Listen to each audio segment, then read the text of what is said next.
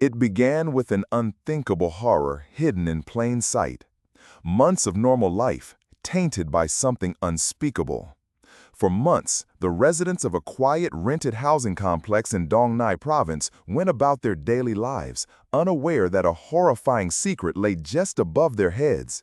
The truth finally surfaced, not with a bang, nor a frantic search, but with an insidious, unignorable stench emanating from the very water tank that supplied their homes.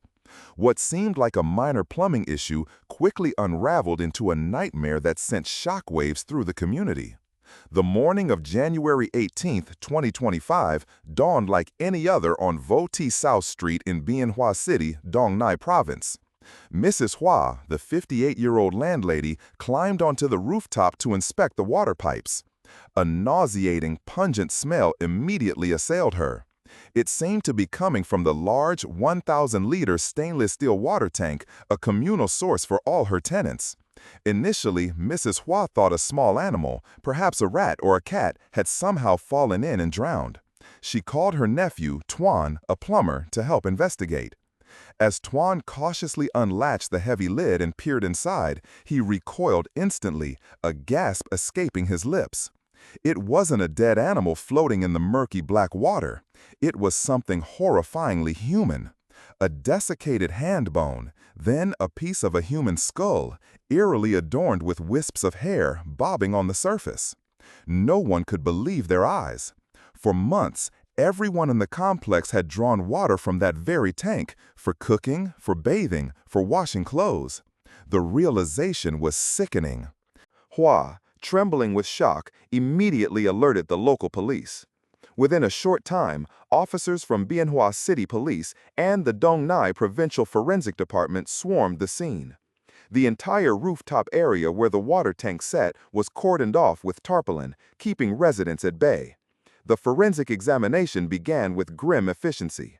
Special equipment was brought in to drain the dark, contaminated water from the tank. After several painstaking hours, the forensic team made a chilling discovery. An almost complete human skeleton, including the skull, ribs, limb bones, and pelvis. The remains were in an advanced state of decomposition, with only dried skin clinging to some bones. Yet, even in this state, forensic technicians were able to determine it belonged to an adult, most likely a female. Beside the skeletal remains, another crucial detail emerged. A piece of fabric wrapped around the hips and legs, appearing to be sleepwear or loungewear. Inside the tank, a nylon belt was found, tightly secured to the rib cage and extending upwards. This suggested the victim might have been bound or dragged before being placed in the tank. The news of the discovery ripped through the community like wildfire. Hundreds of residents gathered outside the complex, whispering in horrified tones. Many expressed outrage, the thought of having used water contaminated by human remains for months turning their stomachs. "I can't even imagine bathing and washing my face with that water for months," one tenant shared, visibly shaken. "It's just too haunting." Meanwhile, authorities shifted their focus to identifying the victim. Police began interviewing residents, trying to piece together who might have lived in the complex over the past year. According to Mrs. Hua, the complex had 12 rooms, 9 of which were currently occupied. Several tenants had moved out over the past year without leaving forwarding information. One name stood out, Anna Tran, approximately 32 years old, who had occupied room 6. She had reportedly left the complex around November of the previous year without any notice, even failing to pay her last month's rent. Curiously, since Anna's sudden departure, several residents had wondered why she hadn't returned for her belongings. The door to room 6 had remained untouched by Mrs. Hua for months, as she was too busy to clear it out, assuming Anna would eventually return. It was only when the horrifying discovery was made that many remembered Anna's room still held all her possessions, from clothes and blankets to even a few makeup items scattered on the shelf. On the very afternoon the remains were recovered, police sealed off room 6 and began a thorough inspection. What they found inside only deepened the mystery and complexity of the case. Although the room had been abandoned for nearly half a year, everything within remained remarkably intact, covered only by a thin layer of dust, as if the occupant had simply stepped out for a moment. Inside, investigators found a wardrobe filled with women's clothing, shoes, cosmetics, and several personal documents bearing the name Chern T. Bignak, born in 1993, with her hometown listed as Ben Tre Province. On a bedside shelf, an old mobile phone lay dormant, its battery long dead. Yet, thanks to advanced digital forensic techniques, authorities were able to extract data from the device. What they found were a series of chilling final messages. The very last text message Anna sent was to a contact named Incite at 1:13 a.m. on November 13, 2024. It read, Em nghe tiếng bước chân trên mái có ai đang đi lại ngoài đó, em sợ quá. I hear footsteps on the roof. Someone's walking out there. I'm so scared. After this message, there were no others. The phone was never turned on again. This crucial detail allowed investigators to pinpoint a likely timeline for the crime. Preliminary assessment suggested the victim had been murdered on the night of November 12, nearly 7 months before her body was found. The most perplexing aspect was that throughout this long period, no one in the complex, not even the landlady, had noted anything unusual beyond Anna's sudden disappearance. Police continued to gather information from residents living near Room 6. One neighbor, Thwy, had provided a phone number, but it was registered to an untraceable prepaid SIM card. However, through diligent geolocation and cross-referencing communication records, police zeroed in on a suspicious individual, David Nguyen, 38, a self-employed worker in Bien Hoa, who had a prior record for intentional infliction of bodily harm. David had frequently visited Anna at the complex.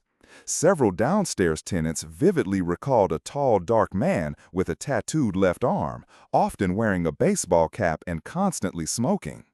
David typically arrived in the evenings and had been seen arguing with Anna right outside the complex gates on multiple occasions. David immediately became a prime suspect. When summoned for questioning, he initially appeared cooperative, claiming he had broken up with Anna in October and had no further contact with her. But as investigators presented him with text messages and location data from Anna's phone, clearly showing his presence around the complex on the night of the incident, his composure began to crack. A key detail emerged during the interrogation that took the investigators by surprise. David had previously worked as a welder and possessed experience climbing onto rooftops and repairing water systems. This explained how he could have accessed the roof without being detected. Furthermore, the type of rope found in the water tank was traced back to a specific store where David had purchased similar rope in November of the previous year. With this accumulating evidence, authorities secured a search warrant for David's rented room in Tung Bien Ward, Bien Hoa.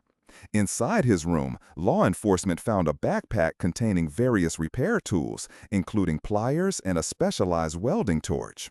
Most chillingly, they discovered an old notebook. Scrawled inside in pencil was a single disturbing note.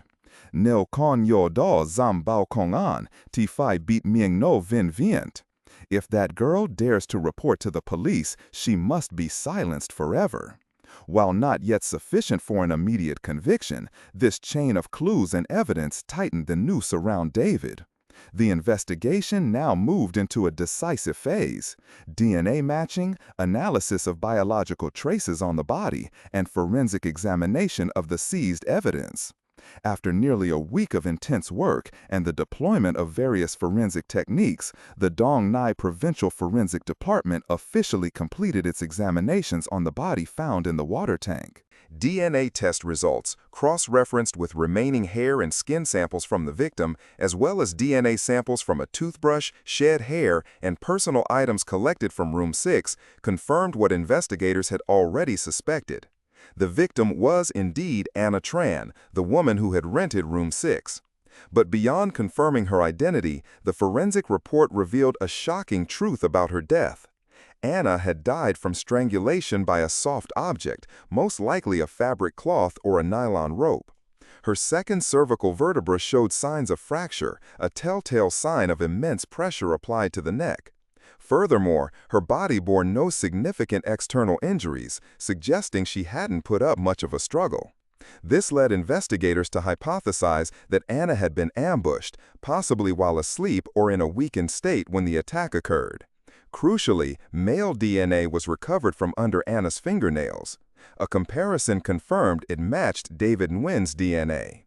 Immediately upon receiving these conclusive results, Bien Hoa police issued an urgent arrest warrant for David. However, he had already fled his residence 2 days prior, shortly after his initial interrogation.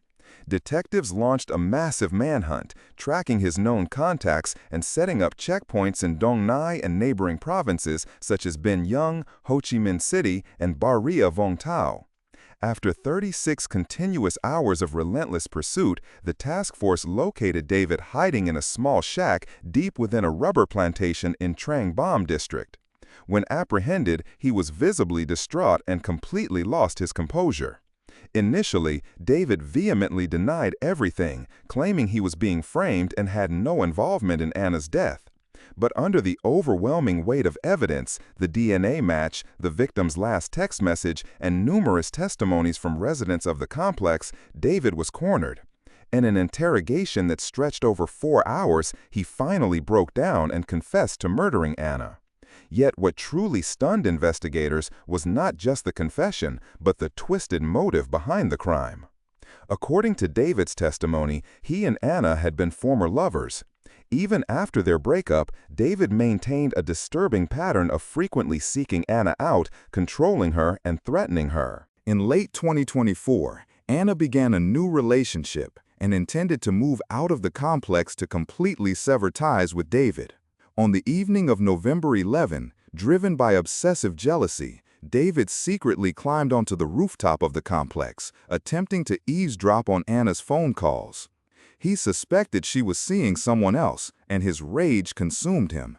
Around 1 a.m. on November 12, when the entire complex was quiet, David stealthily entered Anna's room through a back window, whose lock had been broken for some time. During their confrontation, Anna desperately tried to call for help on her phone, as evidenced by her last text message. But before she could clearly articulate her distress, David attacked. "I didn't mean it," he claimed, his voice hollow. "I just wanted her to shut up, but I didn't expect her to stop breathing." Upon realizing Anna was dead, David panicked, but he retained enough composure to dispose of the body.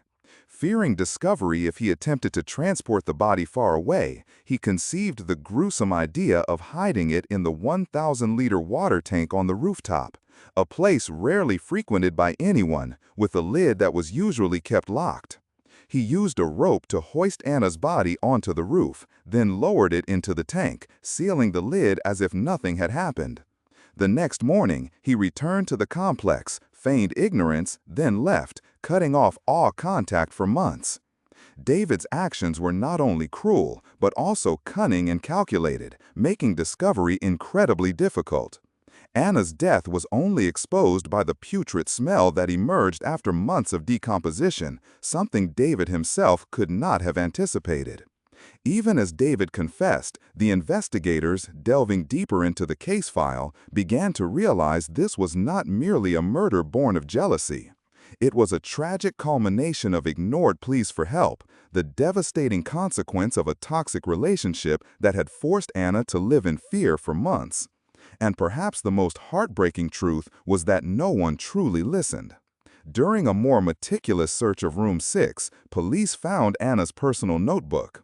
It wasn't a diary, nor work notes, but rather frantic, scrawled lines scattered throughout, like silent cries for help.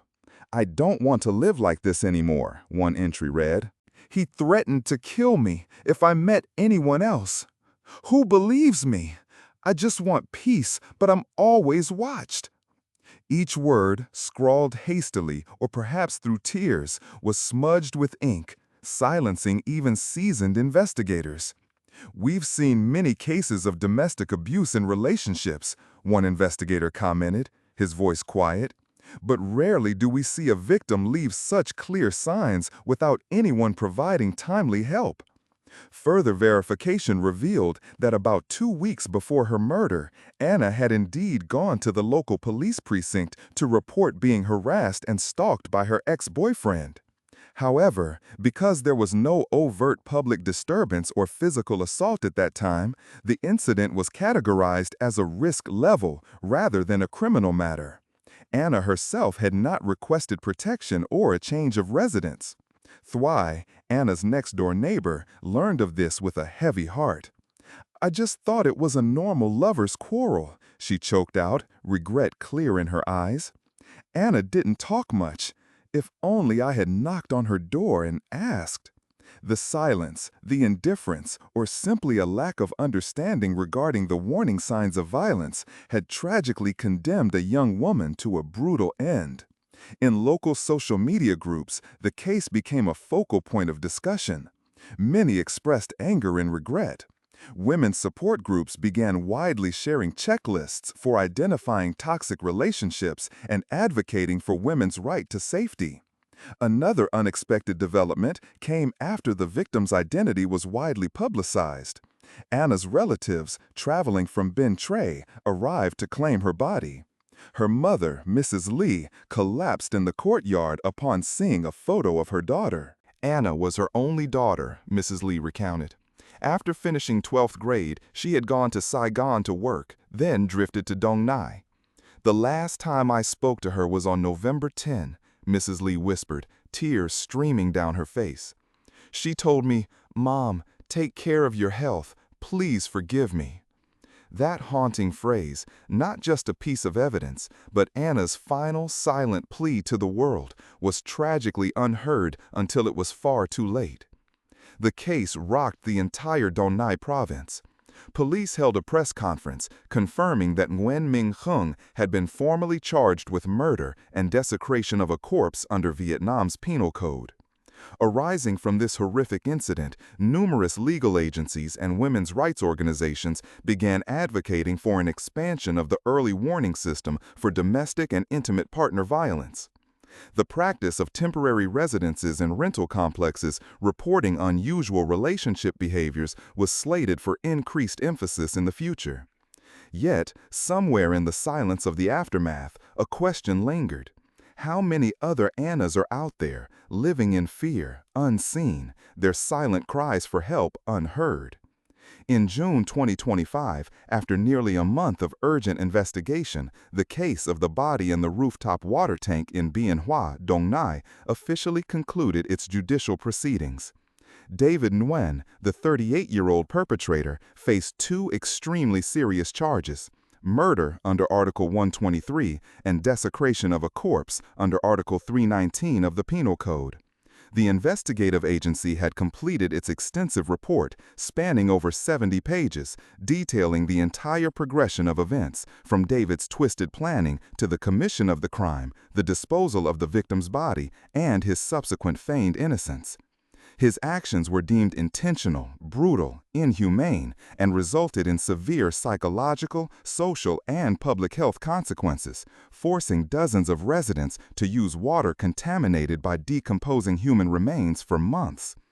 The public prosecutor's office also recommended that the court consider aggravating circumstances for David, citing his prior criminal record and a prolonged history of stalking and threatening the victim, highlighting a high degree of danger to society. A detail that intensely gripped public attention was the issue of hygiene and public health within the complex. After the body was discovered, the entire rental complex was sealed off, and residents were immediately advised not to use the communal water system. The Dong Nai Preventive Health Center collected water samples for testing, confirming that the water had been severely contaminated for an extended period with numerous harmful bacteria, including coliform, and toxic compounds generated by human decomposition. The public prosecutor's office also recommended that the court consider aggravating circumstances for David, citing his prior criminal record and a prolonged history of stalking and threatening the victim, highlighting a high degree of danger to society. A detail that intensely gripped public attention was the issue of hygiene and public health within the complex. After the body was discovered, the entire rental complex was sealed off, and residents were immediately advised not to use the communal water system. The Dong Nai Preventive Health Center collected water samples for testing, confirming that the water had been severely contaminated for an extended period with numerous harmful bacteria, including coliform, and toxic compounds generated by human decomposition. While no acute poisoning cases were reported, dozens of residents sought medical checkups and were prescribed antibiotics and digestive aids. Their psychological state, however, was shattered. A tenant from room 9 expressed the collective horror. No one ever imagined living unknowingly with a dead body for so long. Local authorities subsequently ordered Mrs. Hoa, the landlady, to suspend operations of the complex for 3 months for a comprehensive inspection and overhaul of the water supply system. Though she was not responsible for the murder, the delay in inspecting the water tank was criticized for contributing to the severe psychological and health consequences. On the day of the preliminary trial, the Dong Nai Provincial People's Court was packed. Anna's mother, Mrs. Lee, sat silently in a corner of the front row, clutching her daughter's photo tightly. David was brought into the courtroom, his face gaunt and pale, unable to lift his head to meet anyone's gaze. Throughout the proceedings, he remained hunched over, occasionally mumbling apologies. But those words could not undo anything. When given the opportunity for his final statement, he said, "I only wanted to scare her a little. I didn't expect things to turn out like this. I accept all punishment. I just hope my family forgives me." After weeks of deliberation, the court's final ruling left the room heavy with silence. The final verdict was then delivered. Death sentence for the crime of murder. 5 years imprisonment for desecration of a corpse. Ordered to pay 250 million Vietnamese dong in civil compensation to the victim's family. As the sentence was read, the courtroom fell silent. Anna's mother did not weep aloud. She merely reached out, gently caressing her daughter's photo, as if, at long last, her daughter had found justice. From one case, a chilling wake-up call. The trial may have concluded, but the profound aftershocks will linger. Not only because of the sheer horror of how the perpetrator disposed of the body, hiding it in the very water tank that supplied an entire complex, but also because of society's pervasive indifference to a young woman's silent cries for help. Anna had shown multiple signs of emotional abuse, had even reported harassment to the police, had confided her fears in her notebook, capturing the chilling threats she faced. But no one heard, no one truly believed, and no one acted in time. And so she died, silently, painfully, discarded like an unwanted object. This story is more than a legal case. It is a profound lesson in how we perceive toxic relationships, about the vital importance of listening, and of proactively speaking up against the dangerous signs around us.